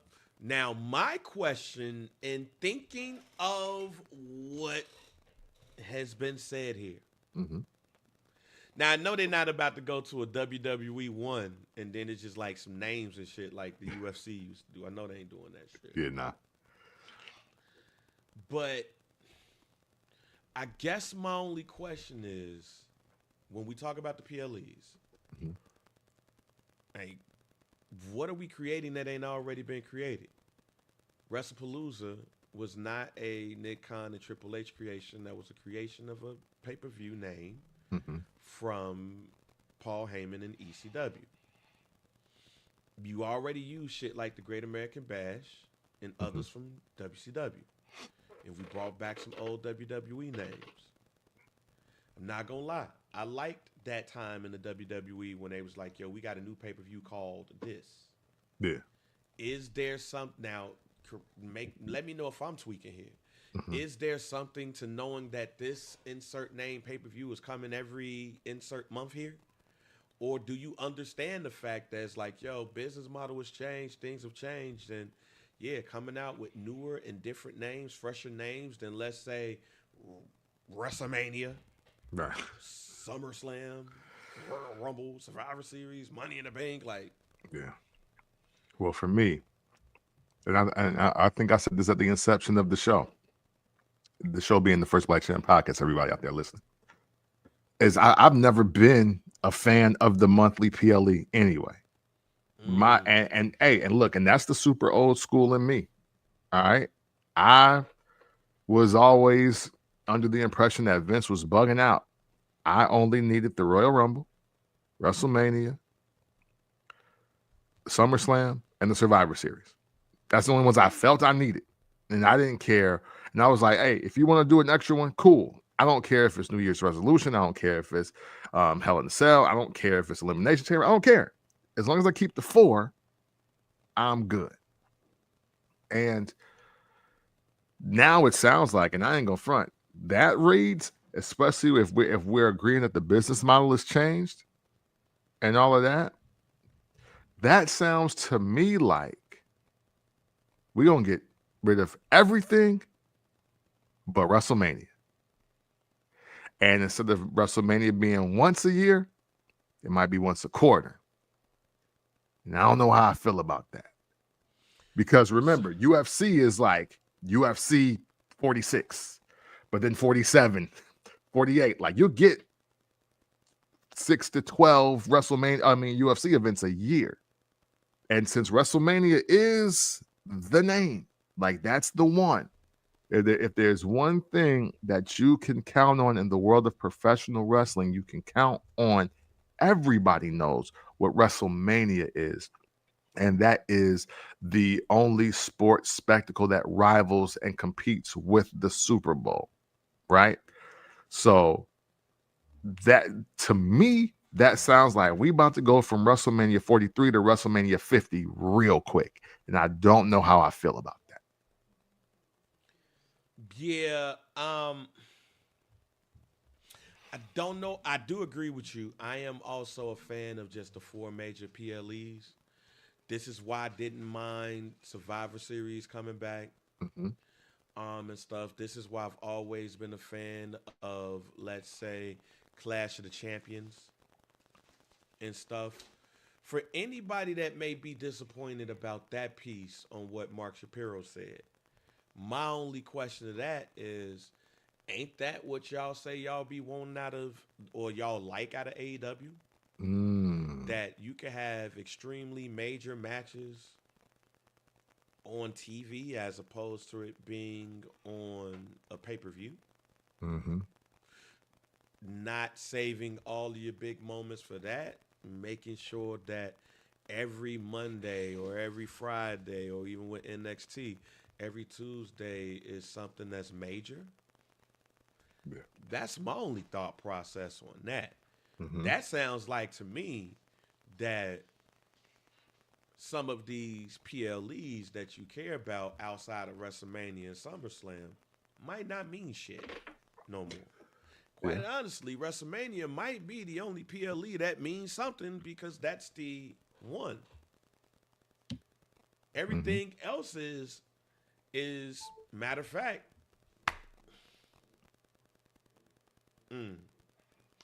Matter of fact, this sounds like to me the old school approach that used to happen back in the 80s and early 90s. To where pay-per-views was really to carry on the story for house shows. To get people to come there. But it sounds like to me this is just an updated version of that. The story might end on Raw or SmackDown or Saturday Night's main event. But it's going to continue. We're going to continue the storyline at Survivor Series or at SummerSlam or at Money in the Bank. But it's not going to end. It's going to continue. And it sounds like to me that's basically what the WWE is telling us. These PLEs ain't as important as they used to be. That's why we gonna make some new ones. That's why we got Saturday Night's main event over there. And that's why you might see more bigger ones on TV, on Netflix. Because Netflix is a huge sponsor. Yeah. And Netflix is spending billions of dollars on the product, and they don't necessarily need to see CM Punk versus Kyle O'Reilly as the main event. Yeah, no, facts though. You being real. You being real. And we can't forget about this either, even as we talk about other networks. I don't know how much y'all pay attention to YouTube, but I'm on there daily and about half of my day, depending on what I have as far as activity.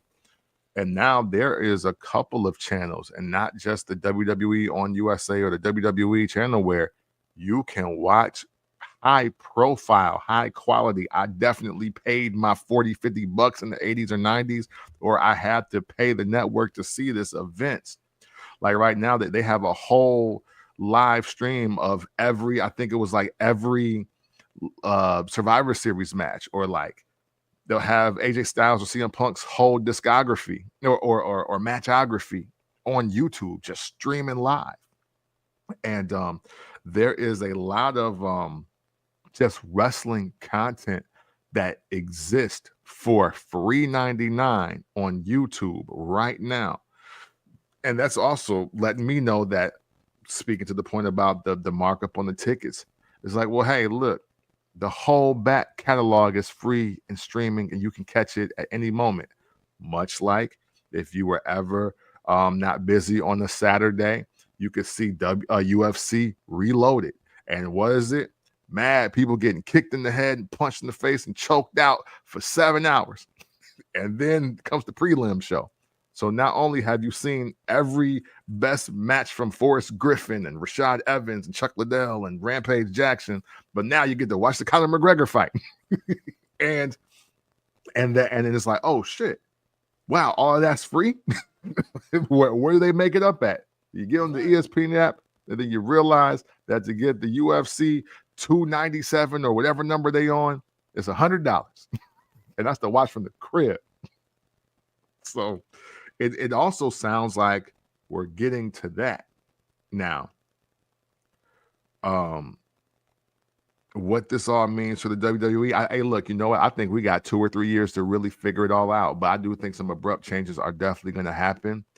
And hey, as of right now, I'm just going to save up my little pennies and see what's the overall arcing idea here, because I still want to go to WrestleMania, even though it's in the stadium now, and 2 nights. And probably going to be $50,000 to be in the nosebleeds. Look, man, the one thing that I can say is this: business change, and you either got to figure out what you want to do with it or without it. And I think that we're going to find out very soon on what this looks like. So it'll be very interesting to see. All right. Before we get out of here, First of all, shouts out to Jonathan Taylor for the Indianapolis Colts. He's definitely making 2 of my fantasy football teams really have great years. And hopefully at the end of the year, I can go ahead and recoup on some of those things. But with that being said, y'all know what time it is. It is time for Do We Care? We definitely have one Do We Care that I am excited to share to see if Cam cares about or if he does not care about, considering what we saw on Friday.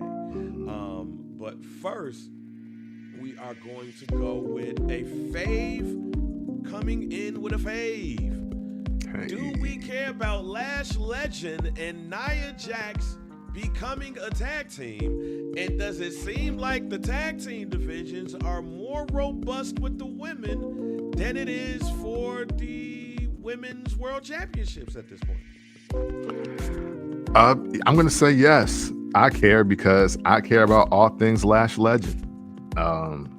I think this is one great call up, always right on time in my world. Pairing it with Nia Jax, even greater. Again, I'm here for tag team wrestling. If the tag team wrestling is going to be pushed and make sense, if I'm being real, I started off as a fan of tag team wrestling first, even though I was obviously a super fan of a single wrestler when I was starting to learn and watch wrestling. But this can be nothing but good as long as Nia Jax is paying attention to what's going on in the ring with the ref. We will be all right. Well, look, man, whether it's Lash Legend, Nia Jax as the Twin Towers, the skyscrapers, it don't matter to me. I like this pairing. They should make sure that this pairing is dominant. Another pairing that I have fell in love with, and Matt Cardona loves this too, but you better make sure you keep your hands away. I love the pairing of Chelsea Green and Ethan Page. I like everything they're doing, but surprisingly enough, Chelsea Green became the 4th woman to win the United States Championship. The only reason why I'm counting it because she said, I am the 1st and the 4th, right?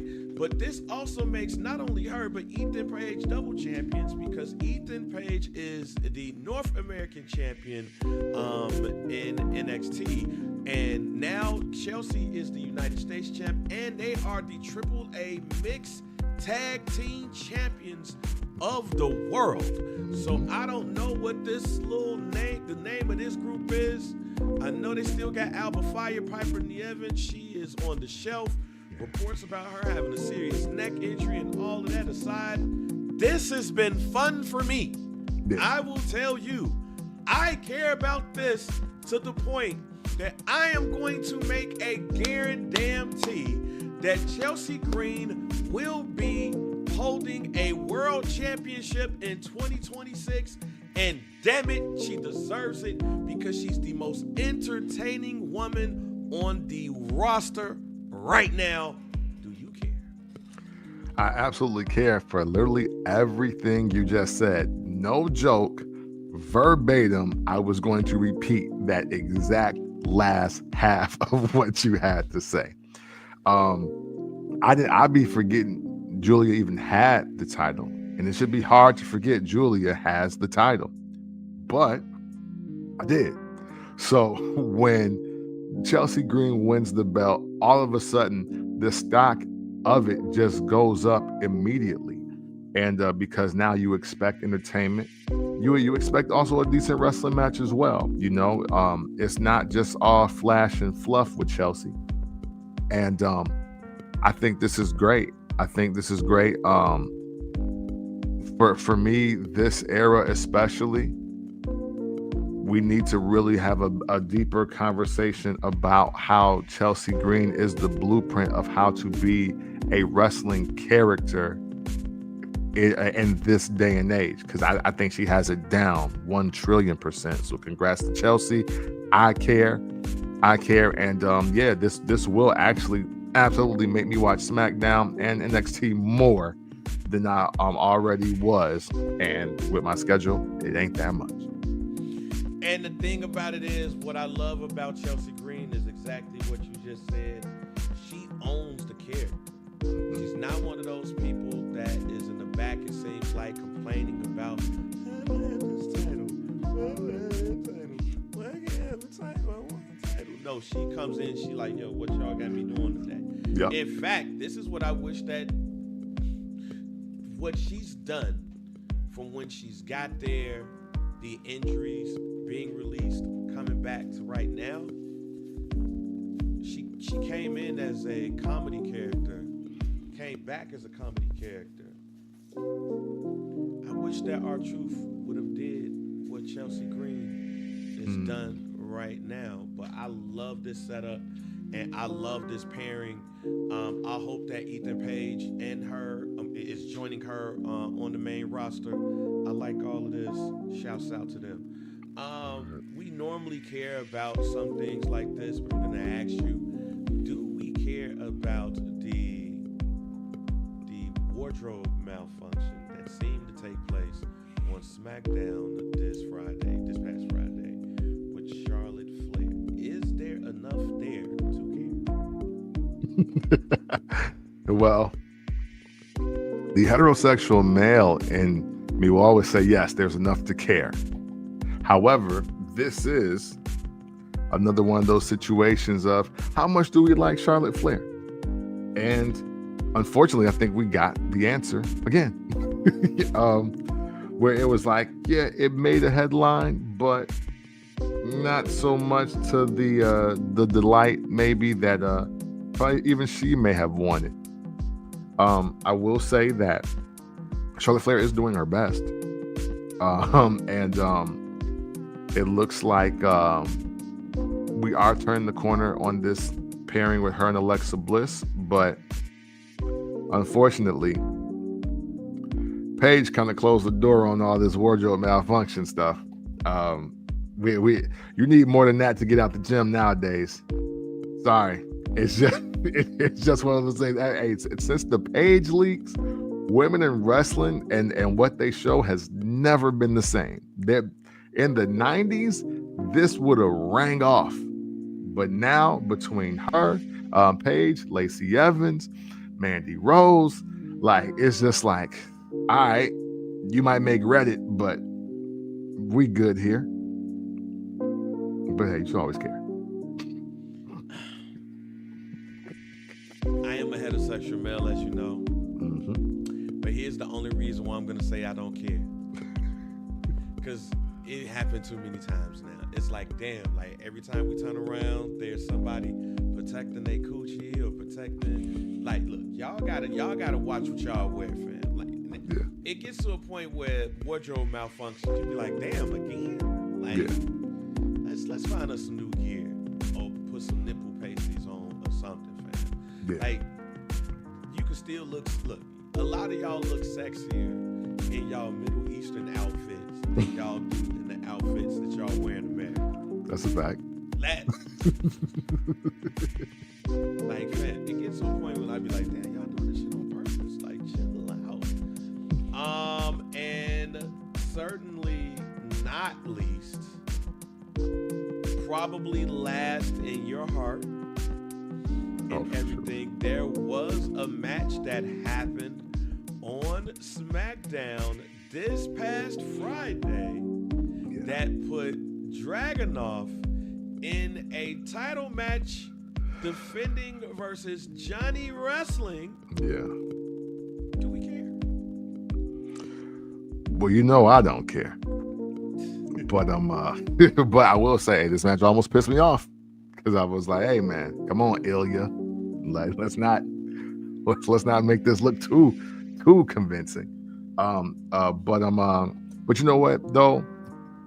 Even though it's SmackDown, and obviously the star power in this match wasn't there, this is and was a really good wrestling match for people that want to see good wrestling matches. So again, hey, look, I don't like dude, but I ain't a hater. But do I care in the grand scheme of things? No. This Dragunov US title run, I'm not sure how well it's gonna work because in my estimation, and I'm willing to be corrected on this, this might be the lowest tiered superstar that's doing the open challenge thing.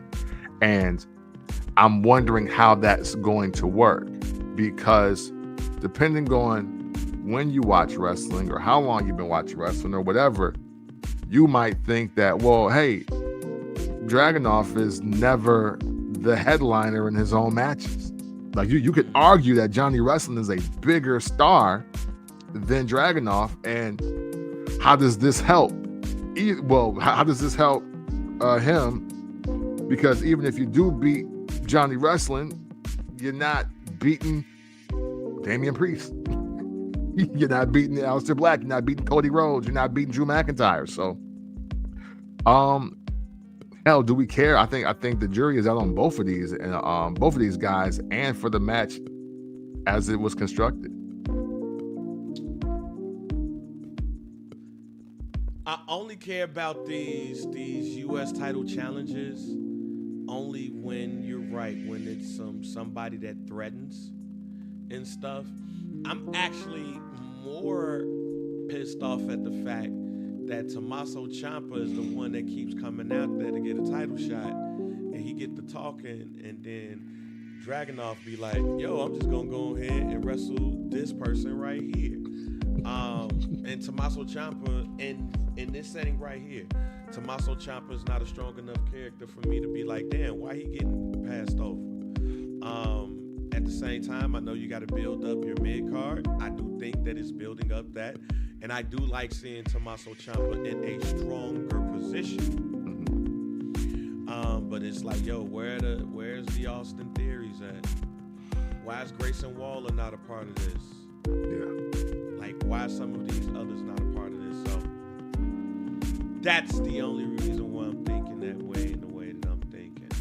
So we will see, but we'll see how you feel about Johnny Wrestling before this show ends. Sure. With that being said, do we have any guarantees from your end? Because I definitely threw a couple for me. Yes. I guarantee that Bronson Reed got a jump ship because he's getting lost in the shuffle with only one person in his way now. And he shouldn't be too, by the way. I want to be clear on that. But out of all the people that have faced Roman Reigns and have lost, he, as the person that actually beat Roman Reigns, is actually worse for it happening.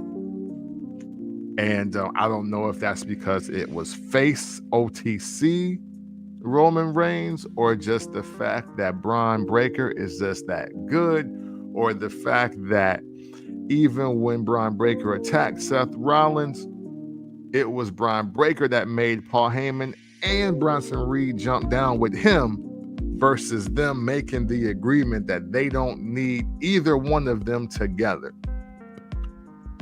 Braun Breaker doesn't need an enforcer. Bronson Reed can absolutely be his own man. But even that segment that ended Raw with Logan Paul left me thinking, so what's Bronson Reed gonna do? In my mind, the vision has to come crumbling down, or there's got to be some kind of separation. But Bronson Reed better do something before he becomes Jim the Anvil Neidhart. And that's no disrespect. Rest in peace to the legend Jim the Anvil Neidhart. But it really is as simple as this. Did you ever want to see Jim the Anvil Neidhart headlining WrestleMania or any other PLE or a major world title? Your answer is no. Then you understand. Well, I'm saying Bronson Reed better jump ship. He better jump ship and do something else somewhere else, because I also don't like the vision facing each other and him essentially getting stomped out by Braun Breaker, because there is no reason for him to go over on Braun Breaker either. So that is my guarantee. I guarantee, and shit, at this point, I guarantee hope that that Bronson Reed jump ship from the vision so he can really capitalize off of beating Roman Reigns, because he is literally he's only one of two people that have done it in the past 5 years. So I agree with you. And part of the reason why I agree with you is everything that you just said, that he is the odd man out, it seems. Which goes into the other part is I hope you go to SmackDown to wrestle Dragunov. Hey. Like, this is shit like that. There you go. That I'm really like, yo, we trying to do this, then that's the shit we need to do. We need that in our lives. We don't need Dragunov going up against Johnny Wrestling. Yeah. What's the point in doing all that? So that is one of the main reasons, because I need to see him on another show succeeding. I don't know if we're gonna get that. Yeah, I don't know if we're gonna get that with him being where he is. So we'll see what happens with that. Well, look, man, a great show. Today. Make sure y'all follow us on everything. And I meant to do that earlier when we were talking about the Bang Me Knowing moment. So I'm just throwing it out there right now. If Rey Mysterio and Dominic Mysterio go up against each other in a mask and career versus title and hair match, you're going to be hearing that all next week. All when it's announced. We'll do it. But end us off, Camp. All right, man. Yes. Hey, listen, we appreciate y'all for checking out the First Black Champ podcast. To answer a non-wrestling related question from Russ, yes, I did see the Michael Jackson trailer. Yes, I am excited about it. I may actually go to the movies to see it, because I am that big of a Michael Jackson fan. and I'm gonna wear my shirt that Michael Jackson wore and beat it. So, yeah, man, I can't wait. Cosplay it up. Yeah, absolutely. You know, not too much, but just enough to let y'all know that I'm really out here repping Mike to the fullest. But hey, we appreciate y'all repping us to the fullest and repping being a wrestling fan to the fullest. So your likes, comments, shares, rumors, innuendo, questions, thoughts, theories, all of it, greatly appreciated. You all are what make the FBC community what it is. We greatly and humbly thank you for doing that and being a part of it every single week. And just know that if you ever want to talk about wrestling in an unconventional way, that you do so by checking out the First Black Champ podcast. It's the pick with the VP, DOC, and we are around. And regardless of the match, fuck Johnny Wrestling.